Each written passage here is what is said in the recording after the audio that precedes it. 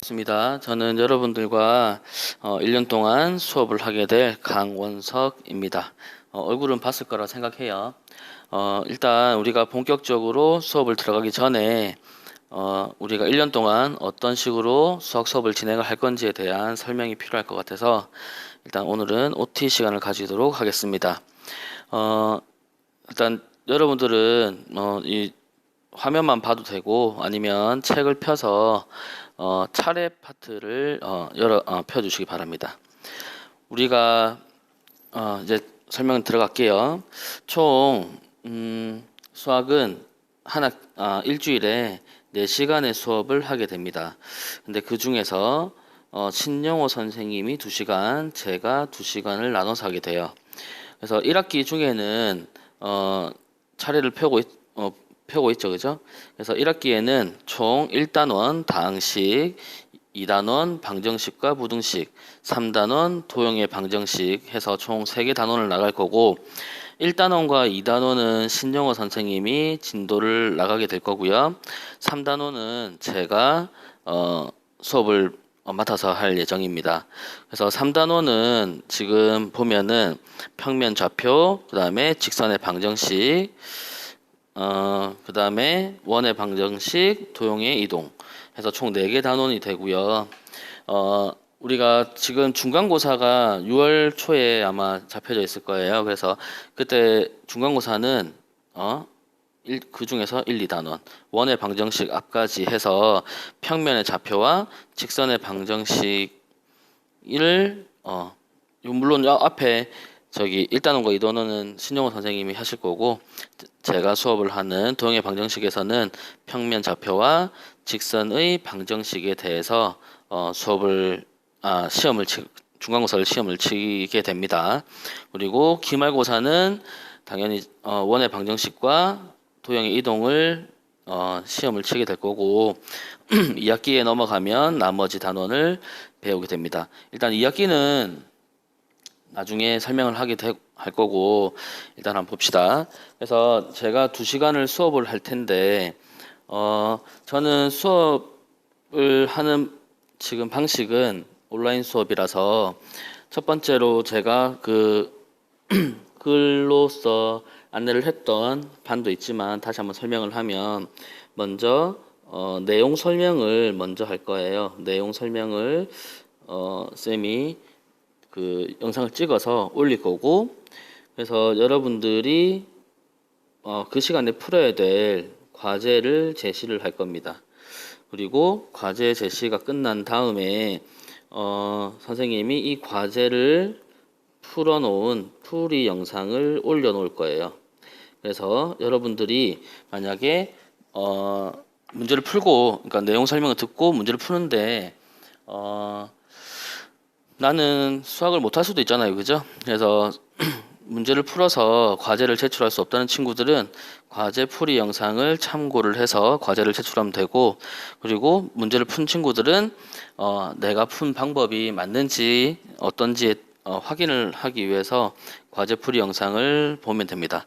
그리고 과제 또한 문제를 푼 다음에 종이에 쓰면 돼요. 종이에 써서 사진을 찍은 다음에 클래스룸에 저희 과제 제출로 사진을 업로드 해주시면 됩니다. 그러면은 그걸로 출석과 과제가 인정을 받게 됩니다. 이해가 됐죠? 그리고 우리가 수업을 진행은 큰 틀은 이렇게 되고 여러분들이 또 알아야 될 게 이제 성적이죠. 성적인데 성적에 대해서 한번 얘기해 볼게요. 성적은 이거를 좀 잘 알아야 돼요. 우리가 그러니까 지필고사와 수행평가가 있어요. 그래서 우리가 총 100%의 점수를 가지고 100점을 가지고 성적을 낸다고 하면은 중간고사가 있을 거고 그다음에 기말고사가 있을 거고 그다음에 수행평가가 있을 거예요. 그래서 중간고사 30%, 그다음에 기말고사 30%, 그다음에 수행평가가 40%입니다.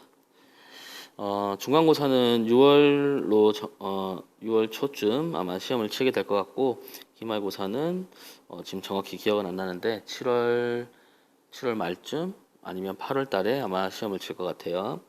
그다음에 수행평가가 이제 이 두 부분에 대해서는 지금 설명을 할 거는 많이 없어요. 네, 물론 쌤이 또 계속 설명을 하겠지만 잠시만.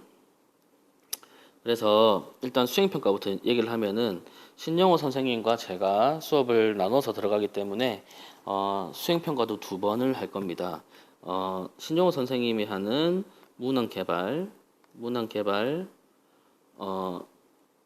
그 수행평가가 있고요. 이거는 신영호 선생님이 따로 설명을 해줄 거고, 제가 하는 수행평가는 향상도 평가입니다. 이게 지금 이 패드에 쓰니까 글씨가 그죠? 향상도 평가입니다. 향상도 평가가 뭐냐면 이거예요. 여러분한테 수업 시간에 다뤘던 내용 중에서 중요했던 문항들을 몇 개를 찍어줄 거예요. 미리 문항을 쌤이 제시를 할 겁니다. 문항을 제시를 하고 이 중에서 선생님이 뭐 시험에 나와요 이렇게 얘기를 해줄 거예요. 그러면은 이걸 가지고 정해진 시간에 시험을 치게 될 거예요. 쪽지 시험 같은 형성 평가를 치게 될 거고, 그러면은 여기서 틀린 문제가 있을 거죠, 그죠? 그러면 틀린 문제를 오답 노트를 하게 될 거고, 오답 노트를 하면 참 쓰기가 힘드네. 오답 노트를 하게 될 거고, 그래서 오답 노트를 한 뒤에 여기에 처음 했던 문항 중에서 또는 시험을 쳤던 거와 똑같은 시험을 한 번 더 칠 거예요. 무슨 말이냐? 이거는 지필고사가 아니기 때문에 말 그대로 여러분들이 얼마나 수학 실력이 올랐느냐를 평가하는 겁니다. 그래서 문항을 다 제시를 하고 그 문항 중에서 시험을 치고, 그래서 여기서 먼저 1차로 점수 부여를 할 거예요. 그 다음에 자기가 틀린 거는 향상을 위해서 숙제를 해야 되겠죠, 그죠? 그래서 오답 노트 두 번째 점수 부여를 할 거예요. 그 다음에 요 위에서 본인이 쳤던 시험과 거의 유사한 딱 진짜 숫자만 바꾼 그 시험을 가지고 얼마만큼 향상을 했는지, 만약에 여기서 뭐 5점을 받았다 10문제 중에, 그러면 여기에서 내가 한 7점을 받았다. 8점을 받았다 쳐요. 그러면은 여기 이 세 번째 시험에서 주는 점수는 만점이 되는 거예요. 이해가 되나요? 그래서 정확한 점수 배정은 여러분들이 이 시험을 칠 때쯤 다시 한번 안내를 할 겁니다. 물론 이것도 어떻게 돼야 될까요? 오프라인 계약을 해야 되겠죠, 그죠? 그래서 여러분들이 일단은 이렇게 우리가 진행을 할 거라는 것만 알고 있으면 될 것 같고, 그래서 수행평가에서 신종호 선생님이 하시는 문항개발 프로젝트, 그 다음에 향상도 평가 프로젝트는 각각 20%의 반영 비율을 가집니다. 그래서 중간고사 30%, 기말고사가 30%니까 여기서 나오는 이 20%는 거의 시험과 맞먹는 중요한 과정이 되겠죠. 그래서 중학교 때는 어떻게 했는지 모르겠지만 우리가 고등학교에서는 1등급부터 9등급까지 정확하게 구분이 돼야 되기 때문에 어쩔 수 없이 점수에 대한 차등을 두게 됩니다. 그리고 수행평가는 됐고, 쌤이 지필고사, 중간고사, 기말고사에 대해서 한번 얘기를 해볼게요. 중간고사, 기말고사는 신영호 선생님은 어떻게 시험 문제를 내시는지 신영호 선생님 본인의 방법대로 내는 거고, 지금 계속 선생님이 얘기하는 거는 제 수업에 대한 얘기만 하는 거예요. 그래서 중간고사와 기말고사는 선생님은 여러분들 혹시나 뭐 언니나 우리 학교에 다녔던 사람 중에서 저랑 같이 수업을 했던 사람들이 있으면 물어보면 알 거예요. 저는 되게 쉽게 낸다고 내고 있어요.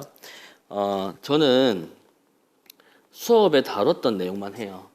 수업에서 만약에 교과서 뭐 몇 쪽의 수업을 하는 진행 중에서 이런 부분이 참 중요하다 얘들아 라고 했을 때 그 부분을 항상 시험 문제를 내려고 노력을 하고 있습니다. 그래서 수업 시간에 잘 들었는지 그리고 얼마나 귀 기울여 들었는지에 따라서 제가 내는 시험 문제는 충분히 맞출 수 있다고 생각해요. 물론 아까도 얘기했지만 우리는 인문계 고등학교에서 1등급부터 9등급까지 나눠야 되기 때문에 전부 다 교과서에 있는 문제를 낼 수는 없어요. 그래서 물론 이게 등수를 좀 나눌 수 있는 어려운 문제는 좀 교과서 문제 중에서 좀 많이 변형을 한다든지 하게 될 거고 해서 저는 여러분들한테 수업 시간에 대한 강조를 좀 하고 싶어요. 선생님이 했던 그 오리엔테이션, 그 대입 과정 오리엔테이션에서 뭐 들었겠죠, 여러분들이. 들었을 때 가장 중요한 거는 수업 시간에 대한 충실도예요. 그러니까 수업 시간 때 얼마만큼 충실을 했냐, 충실하게 적극적으로 참여를 했냐에 따라서 교과별 세특, 수학에 대한 세부 능력 및 특기 사항도 달라질 거고 하기 때문에 수업에 항상 적극적으로 참여를 하기 바랍니다. 이해가 됐나요? 그래서 항상 수업 중에 집중을 하기를 바랍니다. 그리고 더 얘기할 게 있나? 뭐 천천히 수업 중간중 계약을 하고 나면은 선생님이 등급을 나누는 방법이라든지 이런 것에 대해서 따로 한 번 더 설명을 할까 합니다. 자, 그 다음에 이제 우리가 수업을 하게 될 부분에 대해서 한번 얘기해 볼게요. 일단 중간고사 기간까지의 범위에 대해서 한번 얘기를 해봅시다.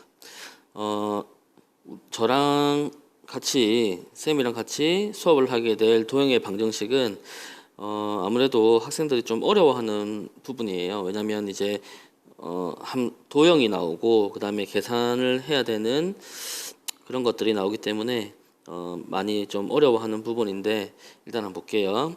도형의 방정식에서 나오는 두 점 사이의 거리 처음 이제 배우게 될 거죠, 그죠? 그 다음에 3분의 내분점과 외분점. 단원을 들어가면서 쌤이 한 번 더 얘기를 하겠지만 이 부분이 생각보다 막 어렵진 않아요. 한번 볼까? 봅시다. 어딨지? 보면은 우리가 본격적으로 수업이 들어가면은 선생님이 다시 한번 얘기하겠지만 일단 교과서를 한번 보세요. 99쪽 보면은 점 사이의 거리를 구하고 그 다음에 공식도 나오고 그죠? 그 다음에 여기서 내분점과 외분점 그래서 하나의 두 가지 점 사이에 몇 대 몇으로 나눴을 때 내분을 한다, 외분을 한다 그런 것들을 배우게 될 거고 쭉 넘기면 봅시다. 직선의 방정식이라고 해서 여러분들이 이때까지 중학교 때 배웠던 1차 함수 물론 1차 함수가 아닌 y축과 평행한 직선도 하겠지만 크게 어렵지 않아요. 그러니까 중학교 때 했던 1차 함수와 크게 다르지 않게 접근을 하게 되고 그 다음에 그 직선의 위치에 따라서 평행과 수직에 대해서 그때의 조건에 대해서 이제 공부를 하게 될 겁니다. 그 다음에 점과 직선 사이의 거리라고 해서 이 하나의 직선과 하나의 점 사이의 거리를 구하는 거를 공식과 그 공식을 유도하는 과정을 배우게 될 거고 그렇게 여기까지 하고 나면은 선생님이랑 하는 중간고사 파트는 다 끝나요.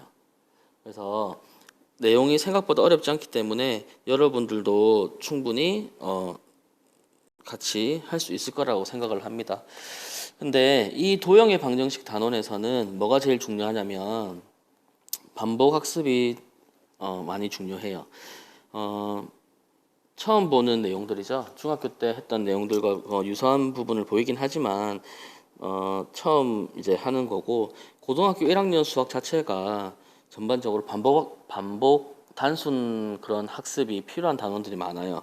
뭐 앞에 물론 저랑 수업은 안 하겠지만 인수분해라든지 뭐 등등 그래서 방정식을 풀어내는 그런 것들도 반복 학습이 좀 필요하고 특히 도형의 방정식에서 중간고사 범위에 들어가는 원의 방정식 앞까지 평면 좌표와 직선의 방정식에서는 계산이 되게 많아요. 그래서 계산을 빼고 제곱을 하고 루트를 씌워서 계산을 하는 그런 것들이 많기 때문에 여러분들이 꼼꼼하게 천천히 연습을 하는 게 가장 중요하고 그거를 반복적으로 연습을 해보는 게 가장 중요합니다. 그래서 우리가 다음 시간부터는 이제 본격적으로 수업을 들어갈 거예요. 그래서 책 항상 필요하고요. 그 다음에 문제를 풀어서 과제를 낼 수 있는 공책 또는 종이도 필요합니다. 그래서 우리가 1년 동안 조금씩 잘 준비를 하면은 수학에 대한 어떤 자신감 같은 거를 키울 수 있을 거라고 선생님은 생각을 합니다. 자, 오늘은 여기까지 하고 다음에 또 이제 본격적인 수업에 들어가도록 하겠습니다. 끝났어요.